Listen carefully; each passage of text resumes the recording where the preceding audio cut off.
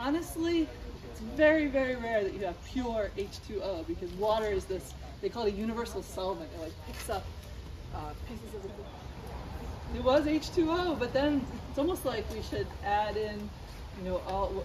Too bad we couldn't be more descriptive about water. Like, what is it carrying with it as it goes through the atmosphere, picks up different things, flows through the land, picks up different things, different stories and places that it's been. And today we are going to have a tour of the Ithaca wastewater, the drinking water treatment plant, which helps make that water safe to drink. When you turn on your faucet, you can feel comfortable. I myself poured myself a glass of water this morning and drank it, and I was confident that Roxy and Eric have treated that water well. And the whole idea of safe we talked about at our last program, and Cadence was there at the last program, and you were, and we talked about safe water. It depends a bit on what you're treating your water for. It's going to be different if you're thinking about the fish in the water, if you're thinking about drinking the water, swimming in the water.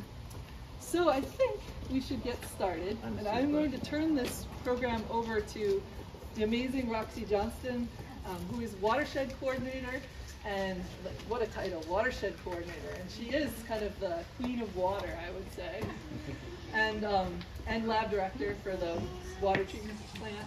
And Eric, and what was your last name? Santa Maria. Santa Maria. And your title? Lab tech. Lab tech.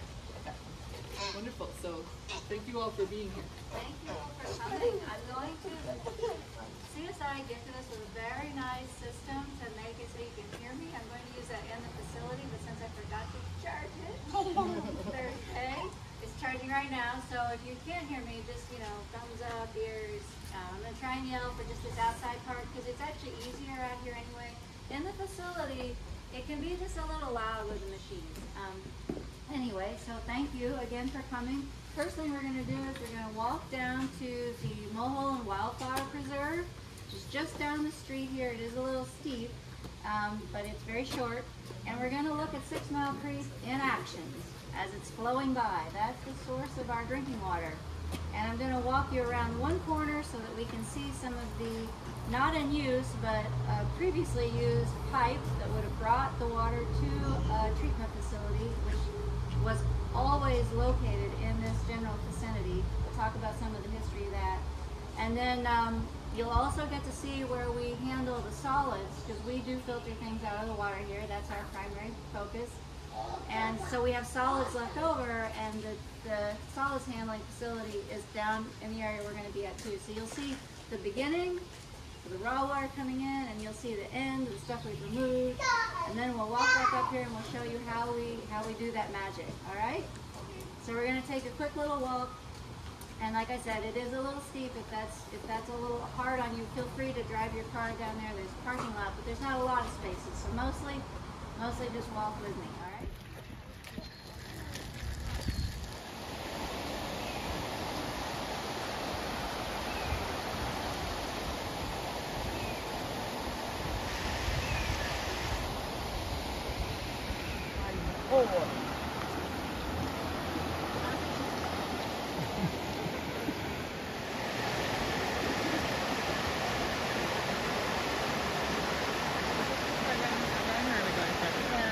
Thank you all for making this little trek in to come down and actually see 6 Mile Creek in action.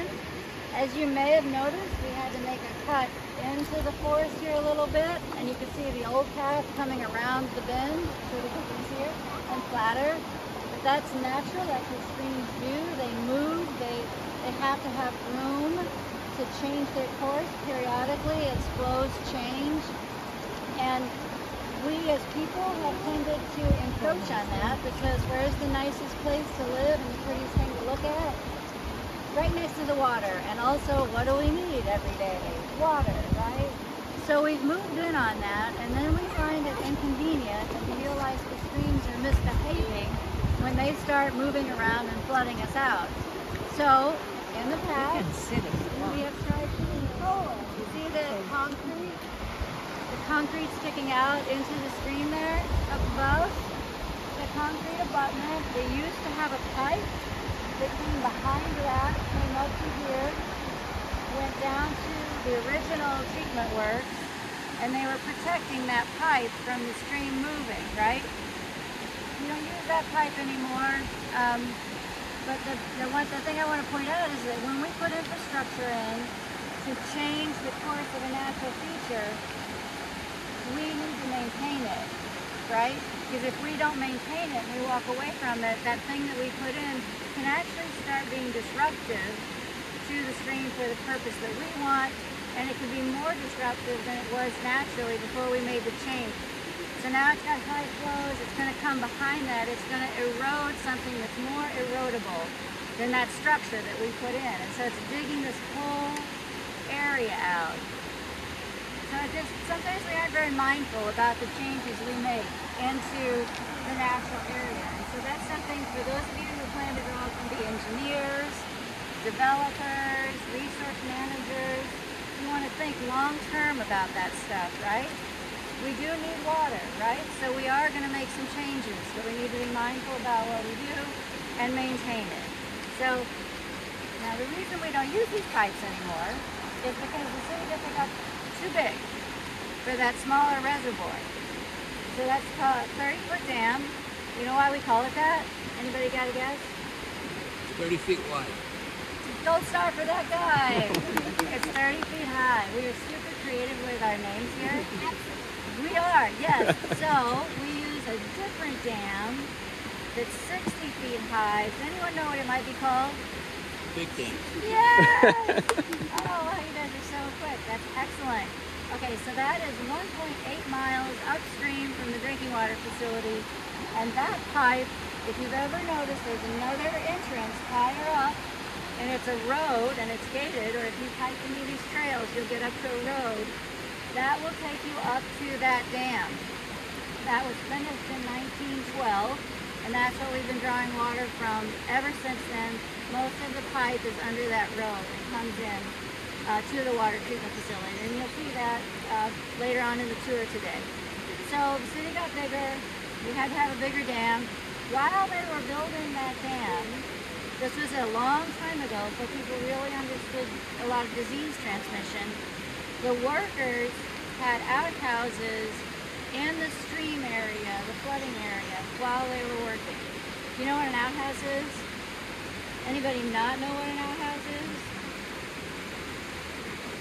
An outhouse is where people a long time ago used to go out to go to the bathroom.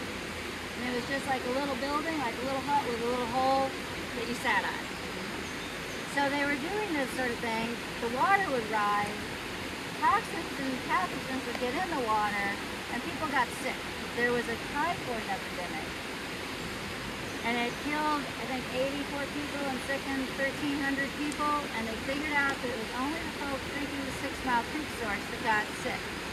So at this time, when they were building this dam, the city of Ithaca didn't own the treatment facility. They'd been wanting to own it, because they've been wanting to have control over their growth and their future development and providing for that development of a clean water source. But this typhoid sickness, that put them right over the edge. And so they initiated legal proceedings, they took over the facility, which is on the same ground we're going to be looking at today. And in 144 days, you guys won't appreciate how amazing this is, but in 144 days, they actually changed that facility and turned it into the first actual treatment facility where they did filter the water, whereas before it had just been pumped and distributed to the city. That's pretty amazing. The facility you're going to go through today started operating completely in full function in 2017, and that took us 4 years to do, and 25 years or almost 30 to talk about and decide to do it. Which is extra slow for government, but it's more normal now. Okay, so that's the concrete. It's typical of all of our streams. It has all of this nice sedimentary rock, this slate rock. There are a few waterfalls, nothing like Watkins Glen if you've been there, or Buttermilk or Cascadillo, but there are some nice waterfalls.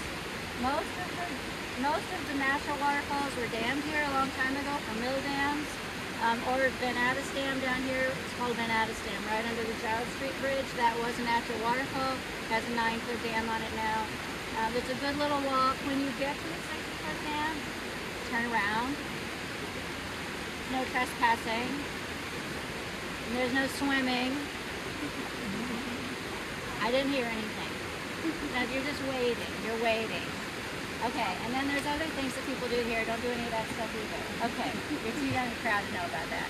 All right, so, any other questions about 6 months? Yes. Did it ever flow the water get so low that the town didn't have enough water? No. I don't know. This is the Mulholland and Wildflower Preserve. I think it was set aside in the 70s, and its purpose is to protect native wildflowers. So if you come through here, especially in the early spring, you'll see this amazing display of a series of different wildflowers up on these trails, and it's really quite beautiful. And that's one reason that it's not maintained in a park-like setting, so it's not mowed, there's not grass here. It's meant to be naturalized. Now this is all weedy because there was a project run here, I think it was last year, it might have been the year before. Bolton Point, that other drinking water facility that uses the lake, they provide water to the town of Ithaca, which happens to be all the way around the city of Ithaca. So some of their pipes are in the same area as our pipes, and they have a pipe that goes right through here and up there, and they had to do some replace and repair. I think there was a wildflower seed mix put in here, but basically it's going to be let to go through succession naturally on its own instead of being like a park. So it's not neglected as it looks like maybe. So there's that. We also, all of us work cooperatively.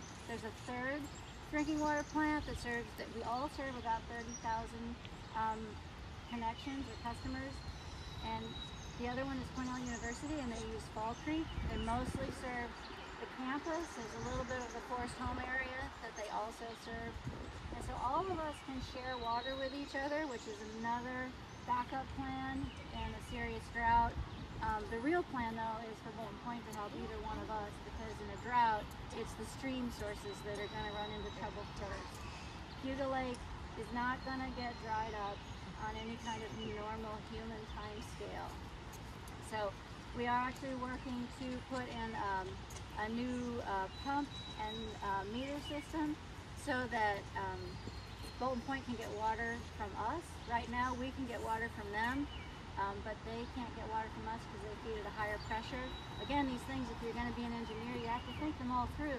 Like in spirit, it's great to say we can just open a valve and share water, but mechanically and physically it still has to be able to work. So if they're feeding at a high pressure, we're feeding at a medium pressure, we open the valve, who gets the water? We do. High pressure pushes right into our pipes, right? So they wouldn't need it because they're running out of water, but what's been happening in Ithaca Lake the last few years that you might have to think about if you're going to go swimming or something? Algal blooms. Algae blooms, yeah, and they're not great for you sometimes. Yeah, another gold star, correct. So if that happened and they felt that their intake was maybe susceptible to drawing in that kind of contaminated water, if they could shut that valve, instead open a valve up here, and we could start filling their system with water that doesn't have any of that in it, then that would be great, right? Those blooms don't last very long. They move right on. So you just monitor until you were sure it was clear, and then you'd switch back. So we are working on making that possible so that we can fully share back and forth. The other thing to talk about is not just this construction project and the weeds, but there's a structure over here. You'll see it as we walk on across. Look over there. I mentioned that when we take all of the mud that you see kind of moving down the stream, when we take that out of your drinking water, because people don't like it, I don't know why, we have to do something with it. It's solids, right? So it comes under the bridge. There's pipes that come from the water plant. They go into this facility, and we feed another kind of like a chemical that helps bind those muddy particles. It's called a polymer, a coagulant. And then it settles down, and those solids are pretty well dried, and right now they're mostly landfilled. There's nothing in them that's bad. They're coming out of the stream, but it takes a lot for someone to reuse that and to have it be economically feasible. You need a lot more than we make. We do have what's called a beneficial use designation, so if someone wanted to use it, they can mix it with like a compost material and use it. So that's available should it become someone interested in it later. And then the water that comes off of that, there's a, right around this corner, you might see the outfall pipe. That water just goes right back into the stream. So the only part that's coming out and being lost is the part going to people using it for showering, cooking, drinking, that sort of thing. On average, that's about 2.5 million gallons a day. I think that's it here. Any questions other than that? What's the tonnage of the solids that you're removing for that volume of water? It's a really good question. I don't know. But I can find. And down under quick links, you'll see the annual water quality report that just came out. It's a summary of all the previous year's data, and it has some information about, like, you know, average annual flow, average usage, things like that, and stuff about manganese and other things.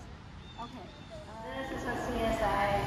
It's so nice. Thank you guys so much again. So much better than the $15 job I had. Okay, so this map here represents the 6 Mile Creek watershed, all of it. It's 51 square miles.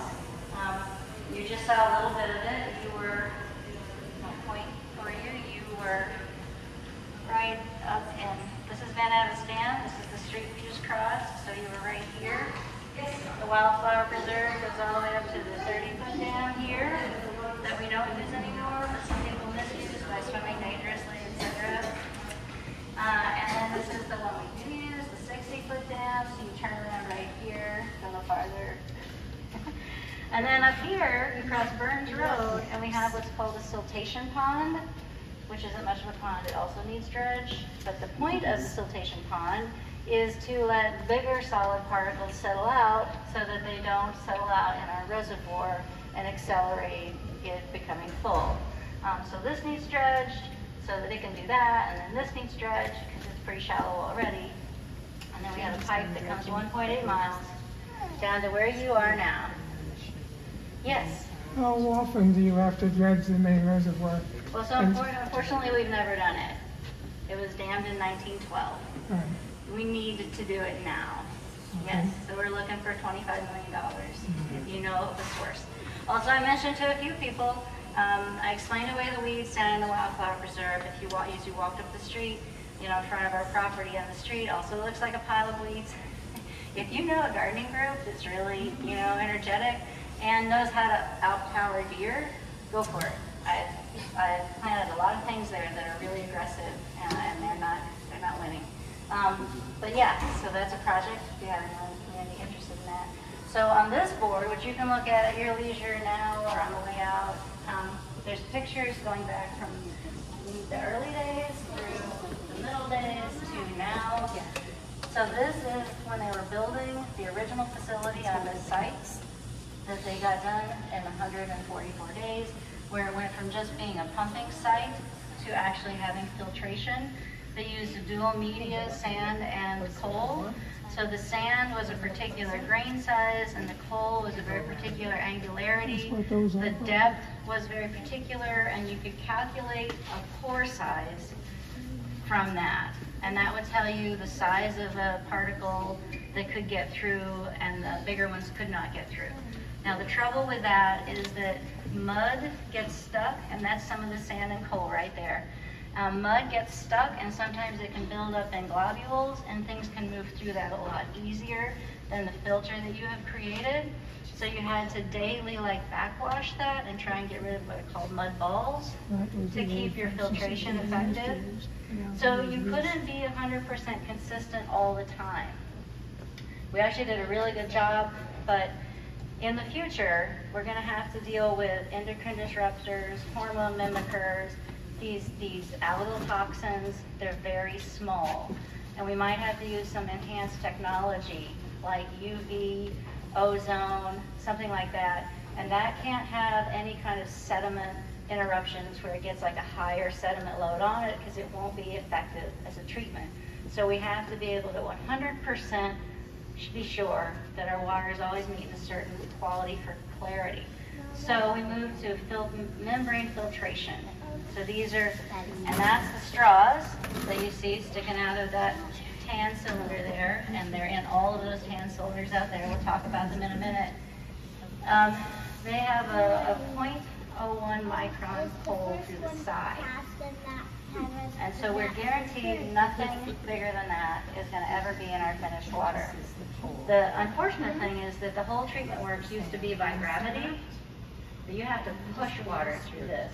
So we do use more energy than we used to use.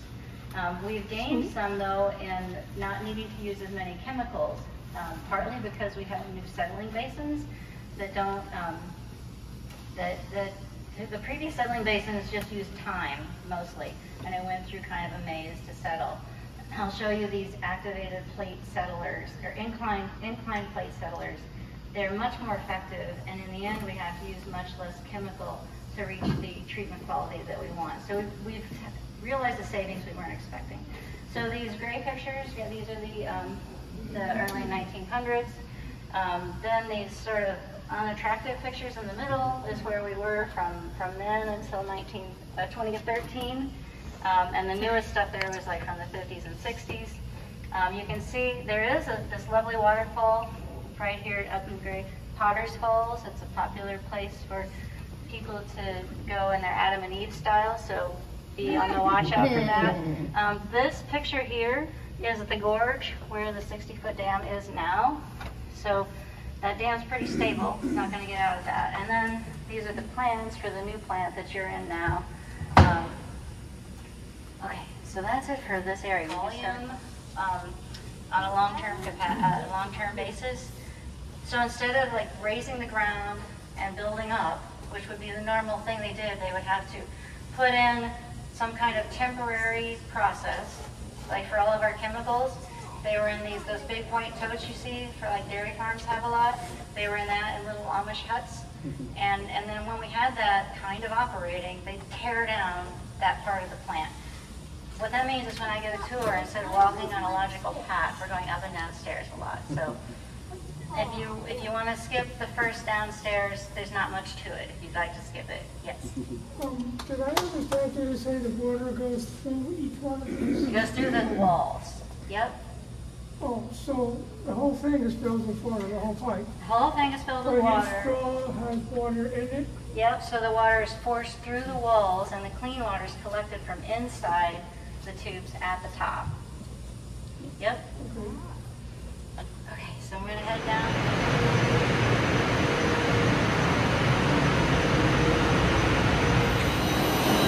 You can head down there, right close to the downstairs sweeper. There's some of the sign sweeper duty. Can you hear me okay? Yeah. Maybe there. Is that any better? Okay. It's somewhat facility allowed.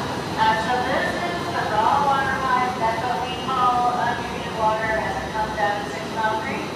So 1.8 miles from here, it's coming out of the base of that dam at the 60-foot reservoir. We already have treatment in this water immediately as it enters the pipe. And that is to deal with, originally our plan was to deal with destroying organic molecules, because we have a lot more organic matter. It's shallow, it warms up, plants grow really good, algae grows. And if you have high organic matter in your water, when it comes in contact with the chlorine that we put on at the end to protect the water from any kind of contamination that happens that could happen out of the system, it can create something called disinfection byproducts. And those are carcinogenic. And so if you have high levels of that over a number of years, they will cause certain kinds of cancers. Now think about that, because there's different disinfection byproducts that cause different cancers and within your water, but they're things you don't want to have. So you want to remove the organic matter before you add the chlorine. So we feed at the reservoir something called sodium permanganate, and it's a monoxidant, and it breaks up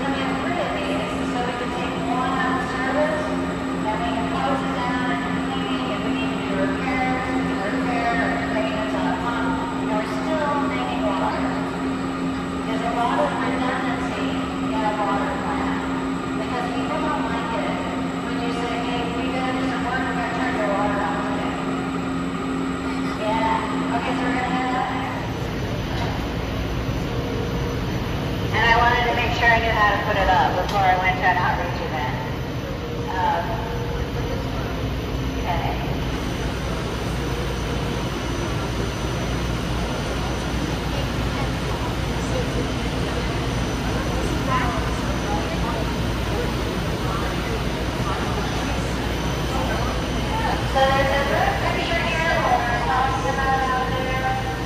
These are flooded on the inside with that settled water. And then pressure pushes the water through each one of those 6,350 little straw-looking things through a 0.1 micron hole. And it leaves anything bigger than that on the outside of the little straw as waste particles. So it's really clean water, but it does take energy to do it. The tops of these straws are all glued up in like an epoxy kind of setup so that the water that's down below outside still has particulates in it, isn't contaminating the water that's being collected from the top of the straws. And then all of that goes down into the tunnel of doom. Where's one of us? No one's scared of the tunnel of doom. You're not a little bit scared? Tunnel of doom? Or your parents are nervous. Alright. Okay, so anyway, these things run themselves, pretty much. They have a computer, and they tell you what's going on at every step of the process. They tell you what the pressure is. One of the main things they watch is like, how much pressure does it take to push the water through that straw? Because as you're pushing it, stuff's building up and it gets harder and harder to push it, right? And how do you make it easier again? You have to like push back and wash the stuff off, right? So it measures this transmembrane pressure and it tells itself when to do a backwash. And so the operators come out and make sure that it did the backwash. And they record the information, even though electronically it's being recorded anyway. But then once a month, each one of these has to be chemically cleaned, because some stuff doesn't physically build up. Some of it kind of chemically starts sticking, and pushing backwards on it won't make it go away. So I'll show you some of the beautiful tanks that happens in, because you feed an acid and a base, all kinds of exciting stuff happens, and then you collect it in a big old vat, and you have to make it not be an acid or a base anymore, pretty much, before you send it to the wastewater treatment plant for them to treat it. Again, blood treating of water. So in our new life here at the water plant, it's changed a lot. The old settling basins had like 9 valves in front of them. So there'd be like these valves. Maybe you've seen it in an old movie, an old-timey movie, usually an old guy, turning a valve, and then turning it the other way, and open and close it. You usually see them trying to get on and off of the submarine. Same kind of valve, right? And they had to do that to blow air through it, to blow water through it, to make the water go to the waste, to make the water go to the drinking water system. All these different valves. It just happens. It just happens now. So the operators, they're still walking around every hour, but instead of opening valves or turning up the chemicals, they're just making sure the machine is telling the truth that it's happening. And they run some checks to double check the machine to make sure it's not lying to you. Like, because if you don't give it enough chemicals to run its test, it'll still give you a number. It won't mean anything. So it's much easier, but it's a little harder because you can get lulled into like not paying attention. You've never done that, right? Have you ever not paid attention? Are you paying attention right now? I know you have a question. What's your question?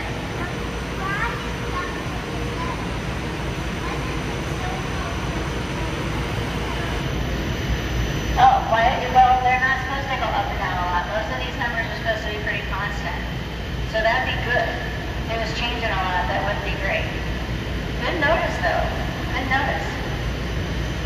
Okay, so that's what happens with these, and each one of these could do about 1 million gallons a day. We have 4. Again, words of the future engineers. Math is important, and remembering to put all the things in your equation is also really important. So when they figured out the space they needed for these skids, they're called skids, all 4 are supposed to be right here. Guess what they didn't put in the equation? There's 2 big tanks that go in every one of these skids. So there's 2 downstairs and there's 2 upstairs. We don't have to go look at them, just to look at them. This will serve. So so that's fun. It makes for another like confusing set of operations. We have room to put skid, so we could feed up to 5 million gallons a day if the city of Ithaca grows. So we built in that kind of capacity that we also didn't have at the other treatment plant. And this is the technology that makes it so that in the future we can use either UV or ozone or granular activated carbon. Those are the things that we'll likely have to do in the future to deal with. Now it looks like it'll be PFAS or forever chemicals. You might have heard of those. We have tested for those in 2021. New York State is one of the few states that has started requiring testing, which is great. The EPA hasn't got around to it yet. And we tested, we didn't find any. But they're there, you know, they're everywhere. So it's really a matter of time. And so everyone's probably going to have to upgrade to one of these technologies. So that was one of the main reasons to build this facility, to be prepared for the future. Okay, yes. Is any what milestones? Well, so that might be part of what gets taken care of on the chemical fleet who are in the tunnel of doom. And there used to be a ghost down here that screamed a lot, but they fixed the valve, so I have to not talk about it anymore. Does anybody read Harry Potter anymore? Moaning Myrtle? Yeah, Moaning Myrtle was a ghost in the bathroom and the pipes in the first story, and she used to live down here in that big blue pipe, and she would be like, but they fixed it, so I haven't found out how to not tell that story, even though it's not happening yet, so thanks for entertaining me. But that big valve has a purpose. So we have to push water through those filters. We also can't have air on the other side, so we have to keep back pressure on those filters, so there's not like a vacuum. And we're feeding water at different rates all the time as the demand goes up or down, and so that is electronically, of course, again, computer controlled to match that pace and keep back pressure as the water moves That's what this air is for, or that's taken out of our breathing air? The pressure you're talking about. Oh, the pressure? It's just, that's the finished water? Yeah, you said you have to have a back pressure of air on it. No, that's just back pressure. You don't want to have air. You don't want to have a vacuum. Right, so just back pressure with the water. So you know the vacuum. What is this line for, the air supply? I don't know. Someone might help me down. Write these down. What's that air line for? And what's the average daily consumption? And how much solids are we taking out? So that I can give you guys the answers. Yes? When we were walking up the hill, there was the door that said valve room. Is that this? No, that is where we get water from Bolton Point. Oh. Yep, that little mausoleum. Yep, and that's where we're supposed to be able to give water to Bolton Point. And it turns out it's actually not quite big enough to put in the machinery they would need. So later this year, they're going to do a project right outside the building, over this wall, I believe, and put in the structure they need to make that happen, so that they can also get water from us in case of like an algal bloom, potential contamination. Okay, so the purpose of being between these two walls is that on either side of you is a giant pile of treated water. And it is very slowly moving through a maze so that it has contact time with chlorine that we have added now. The water is treated, it's clean, it's good to go, but as it goes out through the city, if there's like a low pressure situation or a broken line or something, you need to have another way to protect the water. And so in the United States, you're required to feed chlorine. And so for the chlorine to be sure that it's done its job on any kind of bugs that might have gotten through the filter, which they shouldn't now, it needs a certain amount of time. And so the water has to go through this maze to take the time. And the other thing we do at the end of these mazes is we add a corrosion inhibitor to the water. It's really important. That means we will never be We will never give you free lead in your water because we feed a corrosion inhibitor. Flint didn't do that, not because they're necessarily bad or unwise people. They got in a pickle. They were going to do an upgrade. They were going to change, if they wanted to change who they got their water from, and the people they got their water from gave them too short a time. They couldn't do the upgrade. They couldn't complete the project and give up that water supply. So they went back to a water supply they had used in the past. They had met all of the safety rules in the 60s. The rules are different now. We know more stuff. And that's where it started to fall apart. They didn't think about the fact, they didn't retest everything. And the pH was a little lower, and so it's in the pipes now, and it starts to corrode the pipes. Now at some point, some bad actors got in and decided to just not do anything about it. We wouldn't do that either. That would never happen. But we feed a corrosion inhibitor so your pipes aren't giving up any lead.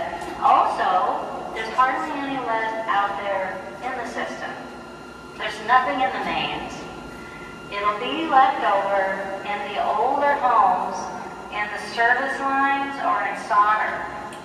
We know where 800 of those are. We have 1,500 that are unknowns. Over the next few years, EPA is going to change the lead copper rule so that utilities are on a path to determine if they're lead and remove all the lead so that there will be no more lead in the system anywhere in the United States at all. And so that's a great program. So if you live in one of those homes or you know someone that lives in one of those older homes, tell them to bear with us when we come tear up their yard and the street in front of their house, because that's what's going to have to happen at every one of those places. It's going to be disruptive and inconvenient, but the end goal is no lead anywhere, which I mean we also don't have to feed another chemical, which is great, saves money. So it's a good goal. It'll be disruptive. It'll take like 30 years. So anyway, the other point of being down here is this panel right here. You don't have to move, it's okay. There's one of these at the raw water, there's one of these at the coagulated water, settled water, filtered water, clear well influent. These are the clear wells, clear well effluent. And these are the things that are telling the operators that everything's working right. And some of these require chemicals. The blue box requires reagents, and so the operators do have to come down here and refill that. There's 10 of those around the facility. They have these little carts at all of them, and that's how they maintain the flow of information and make sure it's accurate. We didn't used to have these, and that's another way the job has changed. We're maintaining the information collection as opposed to running all the tests in the lab. So maybe you're thinking, well, the operators don't have to do anything anymore. But they do, and this is really important. And the beauty of these is, you know minute by minute if something is changing and not working as ideally as you'd like it to be. So you can react in a time frame where you might not have any ill effects, because you can just find the problem and fix it. If an operator is running these tests, the fastest they're running them is once an hour. Some are daily, some are 4 hours, right? And so there's this lag time. You might not find out about a problem, and then it's harder to backtrack and figure it out. So this is a great step forward also. That is it for the Tunnel of Doom. Does everyone think they did okay? Is anyone feeling woozy? Like, so the citrus looks so. This is a bit twisted grass. you can come on in here. They could. I know they could, couldn't they? Yeah. Hey Leo, could you hang out back here? He's okay, as long as you don't start operating. Leo. He's applying for the job. You don't want to, what's this button do scenario? No. Is there anyone named Homer Simpson? No. Don't. Uh-oh. Don't you touch anything. Don't give her a donut either. All right, so this is where the operators spend most of their time. and they are observing parts of the system in real time. So we have 5 tanks out in the system. It's so interesting, even I'm watching it. Oh, that's great. It's so interesting, even he's watching it. That's spectacular. So we have 5 tanks. We do circulate them so they're not just getting flow all the time, because you don't want the water to get stagnant at the bottom. Shushy, shushy. Let me give my part of the tour. So you want to bring them down to a certain level and bring them back up. This is one of your first indicators if there's a big main break out in the system. You'll see one of these tanks going down at a rate that it doesn't usually go down. So you make some phone calls. And then you also can see what the pressure is as you're pumping the water out there, the flow, and that'll let you know if there's something going wrong with the pumps also. We have a booster station. As you get farther away from the plant, the chlorine in the system will just kind of decay. It's a gas, and so it's decaying and being consumed also by maybe biofilms in the pipes or anything else. So you have to boost the pressure sometimes in the system because you're also far flung out there, and you have to boost the chlorine. So we have that out on Vinegar Hill.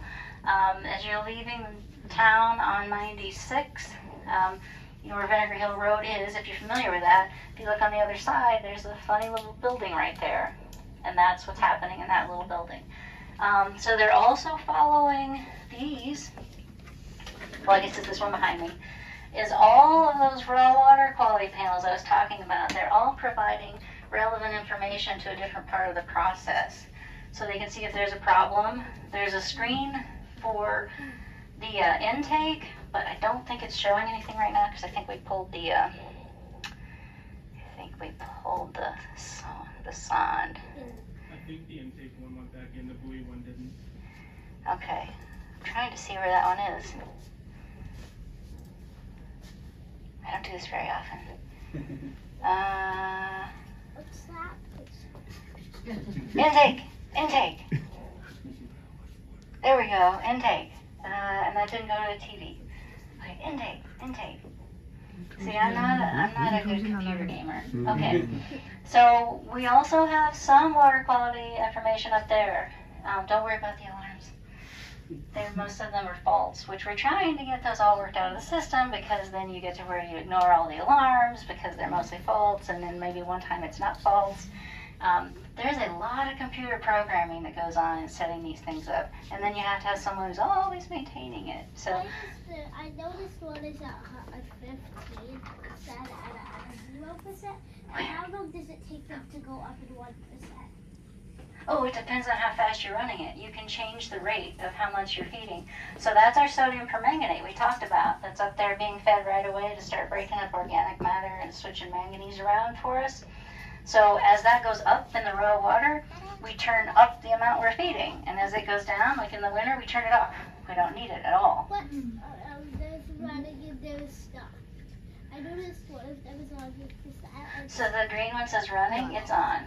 I see how there's 2 of them, so that you can alternate use, and you always have one working, hopefully, when the other one's broken and needs repaired. So this is what the operators do. They've run away. They do try to run away when there's tours. I was trying to hang around long enough to make him answer questions, but that's okay. So that's this part, and then like I said, they run all these machines. They make sure they're all working right, and they do a lot of maintenance on them. So we're going to head into the lab where they do run tests to test that the machines are giving the right information, and we run our tests from samples we collect out at your drinking water taps. And we would go all the way up to the bottom of the 30-foot and talk about the pipes and the dams and stuff. Okay, so you can come on in here a little further, it's fine. Eric, go ahead and make a space for yourself there at the chlorine spot and maybe grab a sample. Yeah. So what the operators run in here, actually we're brand new transferring some of this over. Honestly, the operators used to do a lot of this testing of the process, but we have 2 lab techs now. Like Eric said, he's brand new, and he's going to take over that work for them. And that's more typical, actually, that the lab does also the process control and just lets the operations staff know what's going on, because there's a lot of maintenance that needs to be done out there. But anyway, the tests that are done are orthophosphate, and that's a measure of our corrosion control chemical. We check our chlorine dioxide level to make sure it's not too high. We check our chloride level, because that's the disinfection byproduct, and we don't want that to be too high. We test the pH of the water at different processes. We test the alkalinity, the hardness, conductivity. We do a total suspended solids test every day. Multiple times during the day, the turbidity of the water, so the clarity is tested, and the chlorine residual is tested. And Eric is going to demonstrate running a chlorine residual test right now. So Eric, I'll turn it over to you to just explain the steps as you're doing A it. sample of water. This one specifically is going to be the clear well effluent, which is the one that we send out to the system that everybody would drink from. The first thing you do after you do that is you wipe it off, make sure there's no contaminants on the vial, no dust, no nothing, so that the system reads it clearly. Go ahead and turn it on. Pop it in a little container. I'm going to 0 it. That way we know that it's a blank. Everything reads 0. Once we pull it out, you then look at it, you grab our reaction mixture. Take one of these. This is the free chlorine and total chlorine. It'll tell us how much is in there. We open it up. You're going to dump it in the vial. Put it on and give it a little mix. If there is chlorine in it, it'll turn this nice pink color. The more vibrant the color, the more better the pink. The more chlorine is in it, up to a certain point is the level we're trying to get at, which is, I believe, under around 2. It changes during the season, because in the summer it's consumed more, so we feed a higher chlorine. So yeah, it'd be like a little over 2 usually. Might be under 2 in the winter, because chemical reactions are happening slower in colder water, and there's less organic matter anyway to be reacted with. And this one has a good pink color, so I'm going to hold the background up so we can see. Sometimes it is very light and it's not able to see the pink. Does it turn other colors into it? Yeah. Pop it in, we just read. Coliforms, which are not necessarily pathogenic, but they can indicate that you'd have a pathway for pathogenic bacteria to get into your system. And we test for E. coli, which is pathogenic. We test for that out in the system. We also test the untreated water, just so we get an idea of the load, of the water quality coming in. One day it was I'm getting there. One day it was super, super high, and so we started calling people out in Brooktondale. They have a watershed committee, they're pretty engaged, know what's going on. And they're on 6 Mile Creek. If they had any idea what could be going on, it turned out a beaver dam had broken and brought down all of its beaver dam goodies. Yeah, stuff. Yes, you had a question. What's up with these and why is there a pill in them? Oh, it's not a pill, it's a magnet. And it stirs. It's called a stir bar. You put it on another plate with a magnet like that, so it moves around real good. They're different colors, so that you don't have to use your brain and read which one's 4, 7, or 10 on the pH scale. And then you use those to calibrate the pH meter every morning before you do any tests. What's that blue, yellow, and red? The summer, things just happen faster because it's warmer and there's more stuff growing, creating problems for us, using up oxygen. Yeah, it's annoying. Anyway, okay, Eric has brought out... Alright, so this is a sample of the 100 milliliters of the effluent water. This is water that we send out to the system. We treat it with a chlorine reagent that stops the chlorine from going to see if there's any bacteria in the water, to get rid of that, let it grow. And then we treat it with coliform. Coliform is a food for bacteria. We had Colisure. Colisure, Coliform yes. is the bad bacteria. You're doing great, though. Thank you. 2.5 weeks. Doing great. So then we hit it with the Colisure. The Colisure is the food. You can see the suspended particles. That's what the coliforms will feed on if they're in there. In this one, there should not be any coliforms. Right. So the media is yellow. So even though it doesn't look like anything you want to drink, that's the good color. Yes. This is the good color. The suspended particles will be what they eat. And if there is bacteria in this water, which there is not, it will turn pink, blue. So So the sometimes. test is made for treated drinking water. So it's just a yes or no. It's presence, absence, yes or no. So it's like a magenta for total coliforms and it fluoresces for E. coli. We also use it on our stream water. It's not made for that, so you get some other fun colors. You'll get oranges and pinkies. They aren't total coliform. Oh, that's a bad one. We don't have one that has anything else. I can look at the other one. If any of them, and some of the small ones are not fluorescing, is that right? Yeah, some of the small ones are not. So the ones that are not fluorescing do not have E. coli in them, but the rest do. So right, so if you go swimming, and it doesn't mean the 6 Mile Creek's like particularly dirtier than any other creek. This is normal water quality in the world today we live in. It was always a little bit normal because animals live out there, right? And animals don't have outhouses or toilets or collection systems and wastewater treatment plants. But let's go all the way back to that big concrete abutment that we put in the stream, and then we walked away and we left it, and we built up onto the streams, and we've taken away their floodplains, and now they're way more erosive and stuff. And so they're going to carry more mud than they used to because they aren't operating in equilibrium with the environment. So we did kind of bring it on ourselves. But this is a normal, good quality stream. So bear that in mind when you go swimming in a normal, good quality muddy stream. Don't drink any of it. And that is kind of our story.